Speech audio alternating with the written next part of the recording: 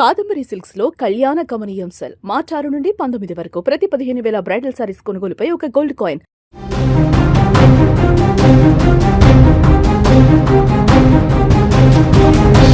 మధ్యప్రాచ్యంలో యుద్ధ జ్వాలలు ఆరకముందే ఇరాన్ పీఠంపై పెను ప్రకంపనలు రేగుతున్నాయి. అగ్రరాజ్యం అమెరికా, ఇజ్రాయెల్ల ఉమ్మడి దాడులతో ఇరాన్ అట్టుడుకుతోంది.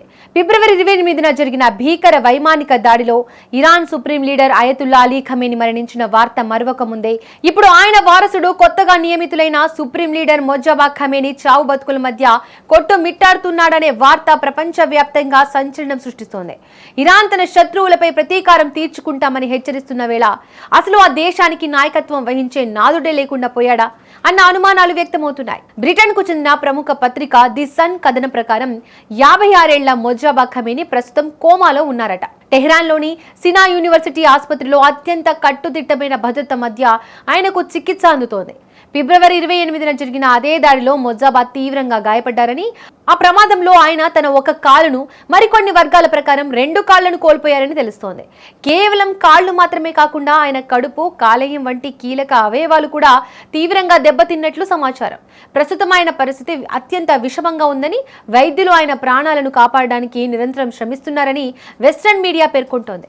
టెహ్రాన్లోని సినా ఆసుపత్రిలో ఇరాన్ ఆరోగ్య మంత్రి, ప్రముఖ ట్రామా సర్జన్ మొహమ్మద్ రేజా జాఫర్ ఘండి స్వయంగా ఈ చికిత్సను పర్యవేక్షిస్తున్నారట.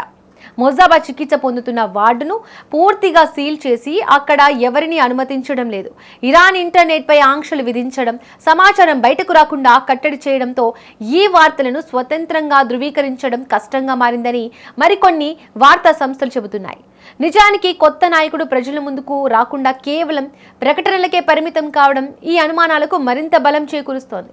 ఇక మరోవైపు ఇరాన్ పీఠం ఖాళీగా ఉన్న యుద్ధం మాత్రం ఆగడం లేదు. మొజ్జబా కోమాలో ఉన్న ఆయన నుంచి నేరుగా ఆదేశాలు రాకపోయినా ఇరాన్ సైనిక యంత్రాంగం తన క్షిపణులు, డ్రోన్ల దాడులను కొనసాగిస్తోంది.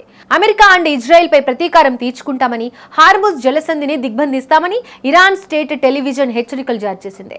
కానీ ఈ ప్రకటనలను మొజ్జబా స్వయంగా చెప్పకుండా ఒక న్యూస్ రీడర్ చెప్పడం గమనార్హం. మొత్తానికి ఇరాన్ ఒక పక్క తన అస్తిత్వం కోసం యుద్ధం చేస్తూనే మరోపక్క తన అగ్ర నాయకత్వాన్ని కాపాడుకోవడానికి పోరాడుతోంది.